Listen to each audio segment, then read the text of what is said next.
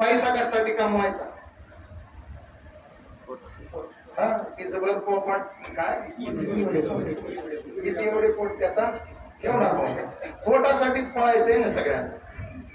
पहिला प्रश्न पोटाचाच आहे म्हणायचं. आता हल्ली असा घोटाळा झालाय, फार गोड वाक्य सांगतो. पोटा पाण्याचा प्रश्न सुटला, पोटा पाण्याचा प्रश्न सुटला की सुटलेल्या पोटाचा प्रश्न सुरू होतो. आधी पोटा पाण्याचा प्रश्न सोडायचा आणि पुन्हा सुटलेल्या पोटाचा सोडवत बसायचा. आम्ही शास्त्रीजींचे अनुयायी आहेत महाराज. वजन वाढू बी देत नाहीत आणि वजन कमी बी होऊ देत नाही. 24 वर्षे कीर्तन करतोय, 24 वर्षे लोक मला बघतात, असाच दिसतो. वाढतही नाही आणि कमी होऊ देत. याला म्हणायचं संतुलन. आणि हे संतुलन ठेवण्यासाठी शरीराला गोंजारायचं नाही आणि शरीराचा तिरस्कार करायचा नाही.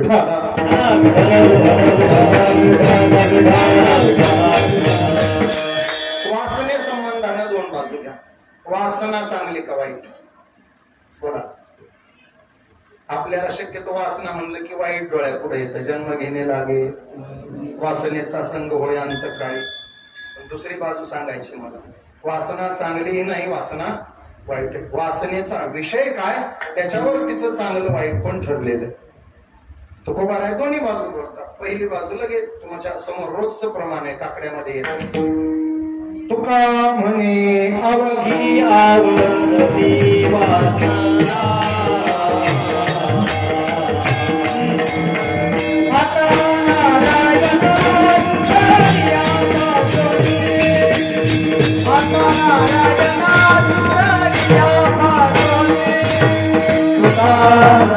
अवघी आवडती वासना,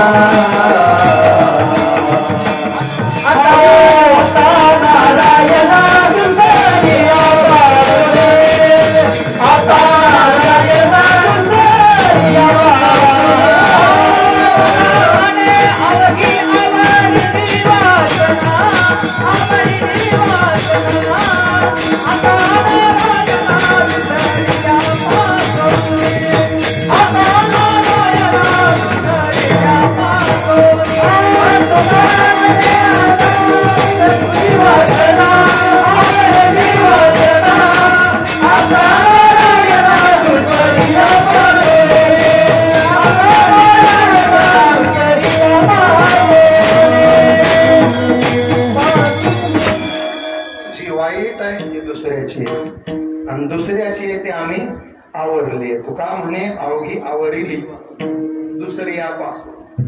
दुसऱ्याची आवरली पण पहिल्याची शिल्लक आहे. तुका म्हणे माझी पुरवी वासना, कोण नारायणा तुझं. पहिल्याची शिल्लक आहे, दुसऱ्याची आवरली. ऐसे आवडते मना देवा पुरवावी. जी चांगली आहे ती पुरवा आणि जी वाईट आहे ती आवरा. विठाला विठा.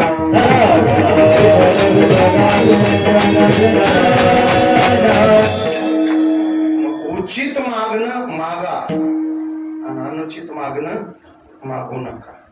काही मागणे काही शब्दात बरंच आलं ना, काही अनुचित आहे, सगळंच अनुचित नाही. काही अनुचित आहे, जे अनुचित आहे ते आपण सहज व्यवहारात म्हणतो ना. 50 भजने सांगितले होते, पण काही भजने त्या दुसऱ्या गावात गुंतले. त्याच्यामुळे आमच्याकडं 35च आले. 35 आले म्हणजे 15 राहिले. काही आले आणि काही राहिले. तसं काही मागणं अनुचित आहे, पण काही मागणं उचित आहे. अनुचित मागायचं नाही आणि उचित मागितल्याशिवाय राहायचं नाही.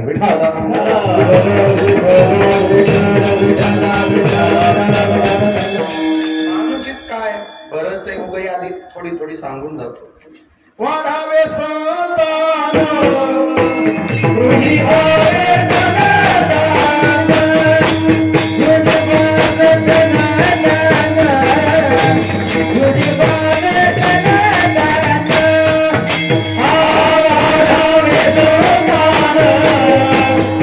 Yeah.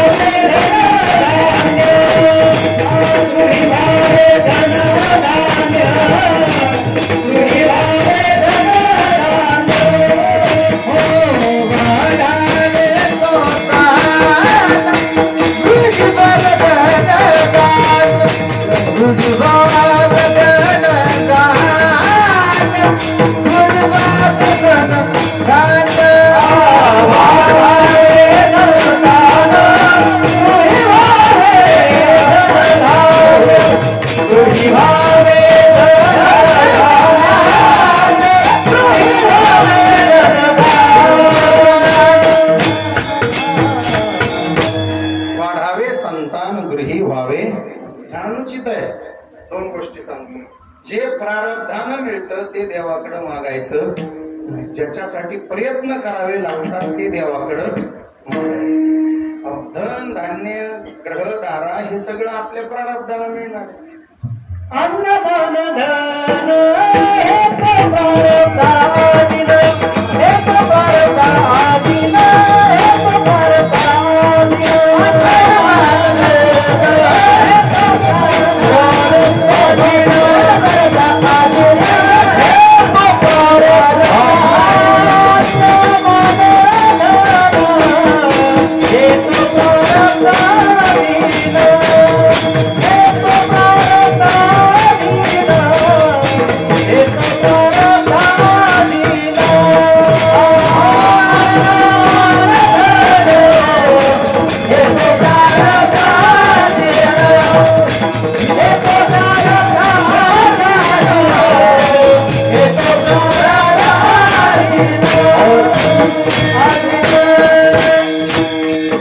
प्रारब्धानं मिळणाऱ्या गोष्टीत अन्न मान आणि प्रारब्धानं मिळणाऱ्या गोष्टी देवाकडे मागायच्या नसतात. त्या तुमच्या प्रारब्धानं तुमच्याकडे येतात.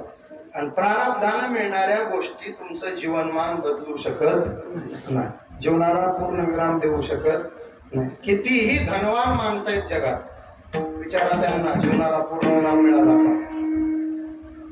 आज धनवान आहेत पण आतून पोखरून गेलेले, आतून उद्ध्वस्त झालेले.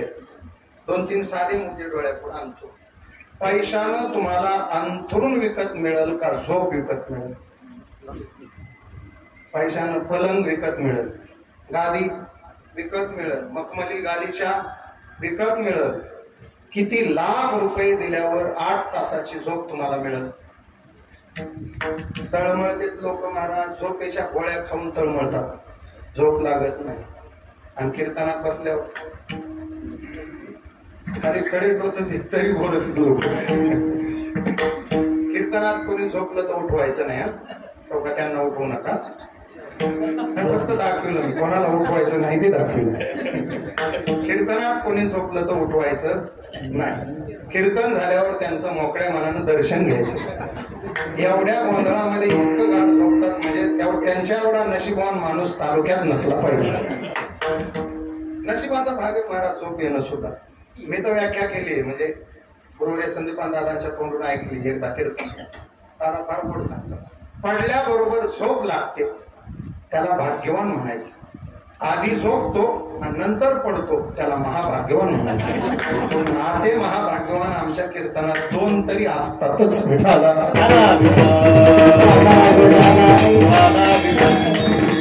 पैशानं अन्न विकत मिळेल का भूक विकत मिळेल? बासुंदी विकत मिळेल, श्रीखंड विकत मिळेल, बालुशाही, गुलाबजामुन, जिलेबी, रसमलाई सगळं विकत मिळेल. पण भूक, आता मी हे सगळे गोड पदार्थ सांगितले, भुकेचं जाऊ द्या. शुगरचेच पेशंट असले तर एवढे पदार्थ काही उपयोगाचे आहेत का?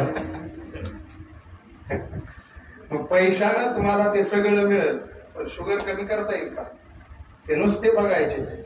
बऱ्याच वेळेला देवही अशी कुटी मारून ठेवते महाराज. एका बाजूला कारखान्याचा डायरेक्टर करते आणि दुसऱ्या बाजूला शुगरचा रिपोर्ट येते. कारखान्यात बसते बिगर साखरेचा चहा पिते. सगळ्यात मोठं खोटकं नशीब म्हणायचं. परळीत एक माणूस आहे महाराज, 150 एकराचा मालक आहे. पण काय रोग झालाय देव जाणे व. 3 टाइम त्याला डॉक्टरांनी सांगितलंय तराजू घेऊन जाय म्हणले, तराजू. आणि अन्न मोजून खायचं. भाजी भाकर खा, चपाती भाजी खा, पण मोजून खा. 100 ग्राम सकाळी, 100 दुपारी, 100 संध्याकाळी. 3 वेळेचं मिळून किती? 300 ग्राम. अर्धा किलो सुद्धा, अर्धा किलोला 500 ग्राम लागतं. कपाट उघडीलं तर बंडलं खाली पडत येत महाराज. त्याला बंडलावर झोपवता येईल, मेल्यावर बंडलात जाळता येईल, पण नोटा दुधात सोडून खाता येतील का? नोटाच्या चपात्या करता येतील का? पुऱ्या करून तळून खाता येतील का? 300 त्यानं मग डॉक्टरला विचारलं, म्हणला समजा एका दिवशी एखादा छटाक जास्त खाल्लंच तर? डॉक्टर म्हणले तू काहीच करायची गरज नाही, घरचे सगळं करते. तू जास्ती खाल्लं की काम घरच्यांना लागलं, चौक बोलवायचं, गाडगा आणायचं, फोन करायचं. पैशानं भूक नाही ना मिळत. दुसरं माझ्या गावात एक माणूस आहे, महाराज ते शर्ट कधीच घालीत नाही म्हणजे मिळत बी नाही, तेवढी परिस्थिती नाही. वर्षाला 1 शर्ट 2 शर्ट फार तर, ती पण कोणाच्या तरी नातेवाईकाच्या लग्नात त्याला आयर झाला तर. त्याच्यामुळे ते कपडे सुरक्षित ठेवते, नुसतं बनियानवर फिरते गावात. हा, त्यानं अंगात शर्ट घातलं की समजून घ्यायचं गावात काहीतरी कार्यक्रम आहे. इतकी गरिबी महाराज.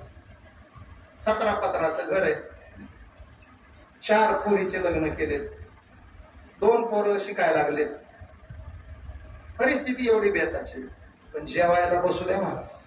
महिला मंडळ, तुमच्या पूर्णाच्या पोळ्या एका बसणीला ते 13 खाते.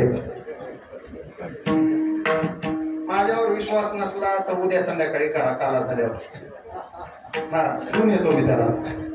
13 नाही खाल्ले तर पैसे देतो. गुलाबजामुन खायला बसविलं की 70 खाते ते 70. जेवायला लागलं तर आचार्याच्या चपात्या 6 खाते. आचार्याची चपाती असते का?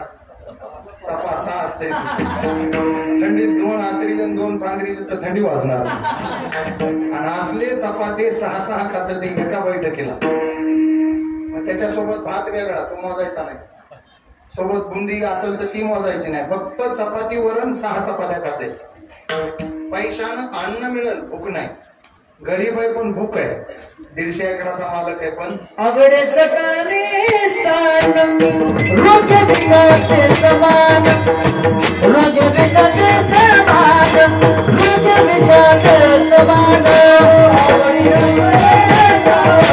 रोज विसाते समान, रोज विसाते समान, रोज विसाते समान. अगडे सकाळी स्थान रोज विसाते समान, रोज विसाते समान, रोज विसाते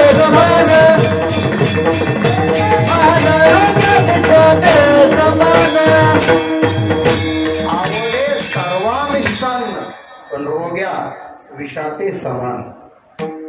पैशानं तुम्हाला औषध मिळतील, आरोग्य विकत मिळत. पैशानं तुम्ही सिमेंट कॉन्क्रीटची जंगलं निर्माण करा, पण त्याला खरपण देणारी माणसं प्रेमानं जोडावी लागणार. पैशानं तुम्ही माणसं कामाला लावू शकाल, पण शिवाला जीव देणारा दिलदार मित्र प्रेमानं जोडावा लागेल.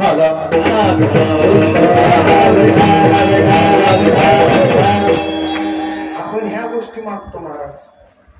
आता हल्लीचे पोरं तर वेगळंच मागायले, पैशाचं बघू म्हणाले, बायको मिळू द्या. गावागावात 200-200 झालेत महाराज. प्रत्येक गावात 25 ते 35 मधले 200 पोर आहेत. देवाला एकच प्रार्थना आहे त्यांची, कधी करीसी लग्न माझे तुझं ठावे. तोही प्रारब्धाचा भाग आहे, त्यालाही फार आटास करायची गरज नाही. बरं, लग्न करून तरी काय मिळवणार आहेत? बरं, ज्याचं झालं नाही त्याला वाटतंय कधी होतंय की, ज्याचं झालं नाही त्याला वाटतंय कधी होतंय की, आणि ज्यानं केलंय त्याला वाटतंय का केलंय की. झालं नाही त्याचं म्हणणं आहे कधी होतंय की, केलं त्याचं म्हणणं आहे का केलं. या जगात तुमचा तोंडावर अपमान करणारं एकच व्यक्तिमत्व आहे. कोण? म्हणा म्हणा, बायको. महाराज, एखाद्या महाराजाने तुम्हाला थोडासा रागात बोलू द्या, जमत नाही. स्पीकरवाल्याला जरा आम्ही असं नुसतं बघू द्या, त्याला राग येते. वाजवणाराला नुसतं म्हणू द्या, ते घर बघा बरं असं करते, जमत नाही महाराज. रागवलेलं कोणाला जमत. अपमान तर लांबची गोष्ट, पण बायको कडून दररोज नवऱ्याचा 2-4 वेळा अपमान होते, काही वाटतंय का? तिचा तो जन्मसिद्ध हक्क आहे. ती तोंडावर म्हणते गा बसा, तुम्हाला काही ज्याची म्हणली नाही त्यांना भेटायला आहे, आपण हार घालून सत्कार करू. तुमच्या सोडा आमच्या बोलायला तर आजही झालंय. मी घरी काही तोंड उघडलं सांगायला की घरचा एकच त्यांचं ठरलेलं वाक्य असतं, मला कीर्तन सांगायचं नाही. मी म्हणलं अगं 25,000 द्यायलेत लोक मला, आणि तुला फुकट सुद्धा सांगायचं नाही म्हणते. तुमचं नाही झालं, झाल्यावर कळलं तुम्हाला. असंच वाजवणार हेच तुमची बायको हेच म्हणणार आहे तुम्हाला, जास्ती थापा आणायच्या नाही. यांच्या म्हणणार आहेत तुमच्या सगळ्या चाली मला ठाऊक आहे, जास्त चाली दाखवायच्या नाही तर चालच बंद करणार आहे. स्पीकर वाल्याची म्हणते आवाज नीट ठेवायचा नाही तर आवाजच बंद करणार आहे. सॉफ्टवेअरच्या म्हणतात नीट उभा राहायचं. हे नाही बायकोचं सांगायचं. विनय करायची म्हणती तन करायचं नाही. शिक्षकाच्या म्हणतात मला शिकवायचं. डॉक्टरच्या म्हणतात तुमचे सगळे रिपोर्ट काढून ठेवले. इंजिनियरच्या म्हणतात तुमचे सगळे प्लॅन मला ठाऊक आहे. पोलिसाच्या म्हणतात मला कायदा शिकवायचा. वकिलाच्या म्हणतात कोर्टातच खेचणार आहे. न्यायाधीशाच्या तर म्हणतात निकालच लावते एकदा. पत्रकाराच्या सांगू का, लेखच लिहिणार आहे म्हणजे तुमच्यावर एक संपादकीय. आणि हा राहिला आपला शेतकरी. आता शेतकऱ्याच्या लय गोड. शेतकऱ्याला तोंड उघडायला उशीर बायको म्हणते बसा येड रूम न. आणि आपण ह्या गोष्टी देवाकडे मागतोय, केवढं दुर्दैव आहे विठाला.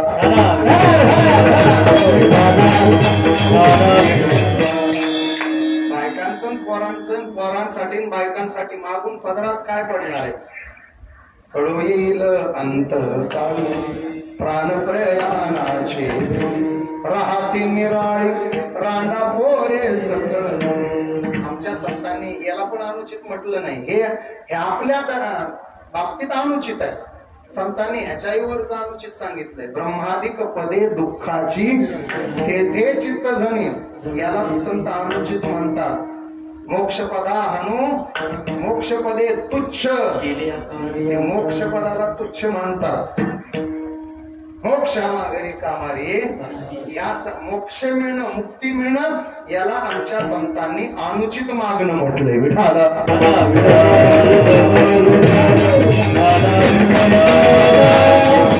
नको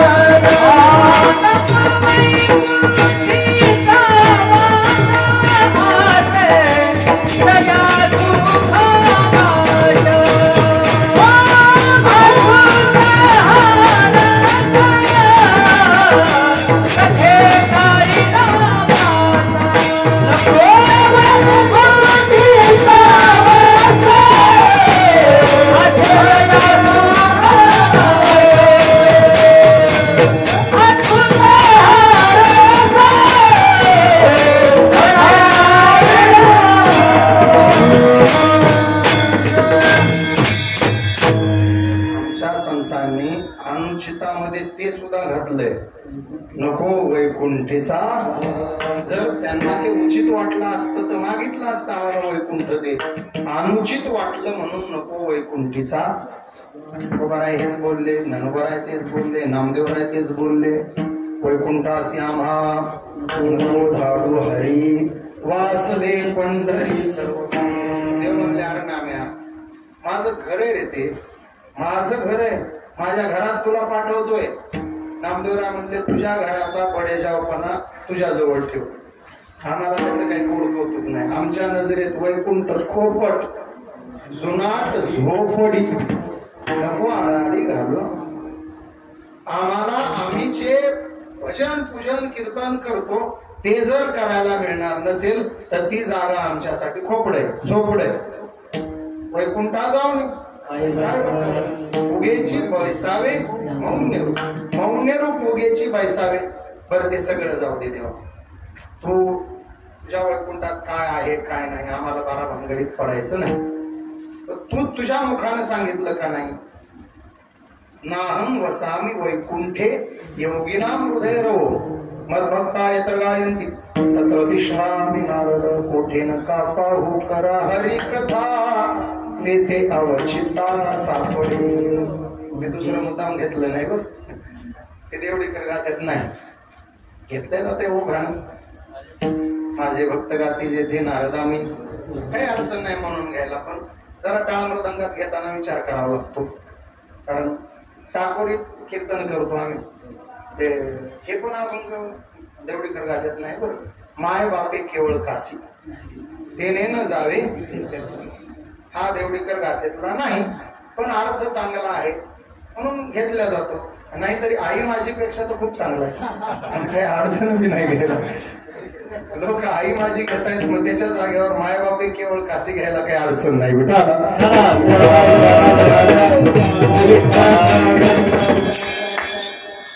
हे दुसरा मुद्दामच सांगितला. कोठे नका पाहू करा हरी कथा तेथे अवचिता सा. भगवान ज्ञानेश्वरी स्वतःचा पत्ता देत आहेत. अगोदर मी कुठं नाही हे सगळं सांगितलं आणि शेवटी कुठं आहे ते सांगितलं. तो मी वैकुंठी नसे एक वेळ भानुबिंबी न दिसे वरी योगियांशी ही मानसे उमरडोनी जाय. मग ठिकाण सांगितलं. बरी त्यापाशी पांडवा मी हरपला की वसावा चेतना पुरुष परवा रंग भरे कीर्तनात मे हरिदास नाच तेथे असे येथे उभा असे म्हणून तो वैकुंठी सध्या नसे. विठाला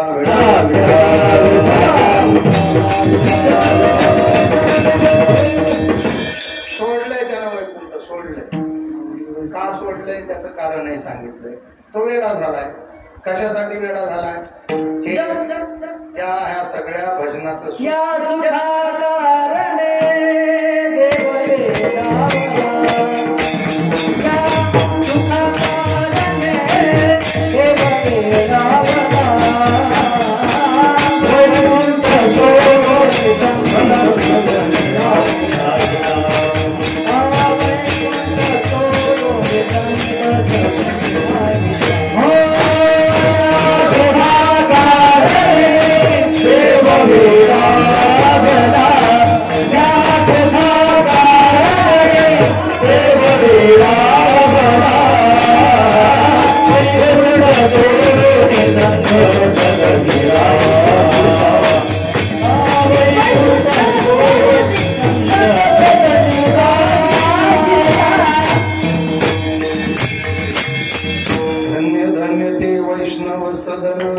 जेथे लक्ष्मी सहित शोभे नारायण या सुखा कारणे देव वेडा. काय अजून त्याची भाषा सांगतो. नावडे वैकुंठ शेषाचे शयन वैष्णव सदन आवडले. नामदेवरायाने इथं देवाला पकडले. युक्तिवाद केला नामदेवराय. तुझं वैकुंठ आहे तुला आवडत नाही आम्हाला आवडण्याचा प्रश्न निर्माण होत नाही. छोट्याशा उदाहरणानं सांगतो. खेडेगाव आमची 2 कीर्तनं ठेवले लोकांनी जागराचा आणि काल्याचं. आपल्या भाषेत जागर काल. रात्रीचं कीर्तन झालं. एक कार्यकर्ता जवळ आला म्हणला महाराज मुक्कामाला तुम्ही माझ्या घरी यावा अशी माझी विनंती. मी म्हणलं उद्या काला करायचा म्हणजे मुक्काम तर गावात करायचाच आहे. तुझ्या घरी करूयात पण फक्त मला एक सांग तुझं घर मंदिरच्या अवतीभोवती आहे का नाही. मंदिरच्या अवतीभोवती असेल तर माफ कर म्हणलं मला तुझ्याकडे मुक्कामाला येता येणार नाही. मी जर मुक्काम केला ना महाराज तर मंदिरच्या जवळच्या घरात करत नाही. त्याचे 2 कारण. रात्रीचा जागर आणि पहाटेचा काकडा दोन्ही बाजूने अडचण असते. जागराला अशी जर मंडळी बसली सुरेल तर मग त्यांचं गोड भजन ऐकण्याच्या नादात झोप लागत नाही. उठूनच बसते माणूस, काय गोड चाललंय, हाताची घडी करेल तिथं टाळ्या वाजवेल तिथंच ऐकण्याच्या नादामध्ये झोप घेत नाही. आणि जागर जर बेसूर सुरू झाला रे बाबा तर झेंडूबामची बाटली घेऊन झोपलं तरी झोप लागत नाही. मग दोन्हीकडून अडचण. जागर सुरेल झाला, ऐकण्याच्या नादात झोप येत नाही. बेसूर झाला, डोकं दुखतंय, झोप लागत नाही. काकड्याचं तसंच. काकडा सुरेल झाला पटकन जाग येते आणि तिथं अंतरुणातच आपलंही सुरू होतंय. मग उठा पांडुरंगा प्रभात समय पातला, वैष्णवाचा मेळा गरुडा पारी, माझे चित्त तुझे पायी राहे ऐसे करी कामी, योगिया दुर्लभ कोण्या देखला. बस ते ऐकत माणूस. आणि काकडा बेसुरात सुरू झाले असतं बाबा भाऊ. आणि बहुतेक गावांनी काकड्याला तरुण भाजण्या कुठं तुम्हाला मिळणार. 70-75 गाठलेले, थोडक्यात गॅरेजला लागलेल्या गाड्या. अर्ध्याचे दात पडलेले आणि अर्ध्याचे कान गेलेले. तो ते दात पडल्यामुळं शब्द नीट येत नाही आणि बहिर झाल्यामुळं ऐकू नीट येत नाही. एकदा बी प्रमाण म्हणलं 9 भजने होते महाराज, त्यातले 7 बहिरे होते. बी प्रमाण म्हणलं खेज वेद मार्गे मुनी गेले, ह्याची मार्गे चारी रो. मागचे म्हणू लागले खेज मार्गे मुनी गेले. मी म्हणलं बरोबर, बीडला गेले, बीडला खेज मार्गे बीडला गेले. कानपूर बहिरे भेटल्यावर लय अवघड महाराज. मग ते बहिरेन दात पडलेले, मग हे दात पडलेलं नीटही म्हणलं तर बाहेरला कमी ऐकू येत असल्यामुळे त्याला वेगळंच ऐकू येत आहे. आणि ते बाहेर सारून म्हणताय नीट म्हण, नीट असं नाही. हे म्हणताय तुझे कान गेले, तू नीट आहे. महाराज एका ठिकाणी तर 2 भांडू लागले म्हातारे. एकानं मृदंग उचलेला, डोक्यातच घालतो. मी पळत जाऊन भांडणं सोडवले. म्हणलं पाया पडतो, पुन्हा कुठल्या गावात काकड्याला येऊ नका, पुन्हा आज भांडणं करू नका. म्हणला महाराज तसं काही काळजी नाही, आपलं घर गावापासून 3 किलोमीटर आहे. अरे म्हणलं मग चल तुझ्याच घरी जायचंय. 4 गायक होते, 2 वादक होते, 6. मी 7वा ड्रायव्हर 8वा. आम्ही 8 लोक त्याच्या घरी गेलो.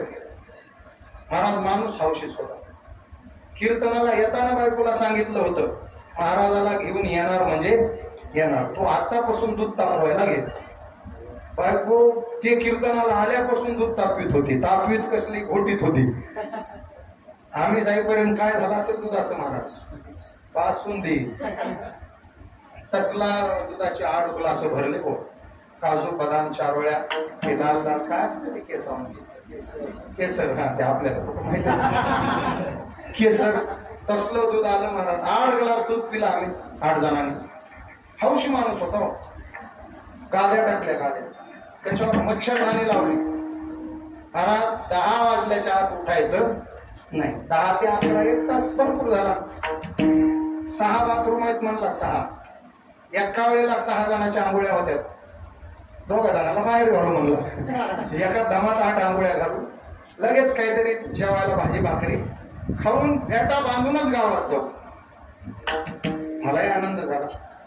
मी म्हणलं दादा गाड्या 8च दिसायला तो. म्हणलं मग तुम्ही 8 गाड्या 8.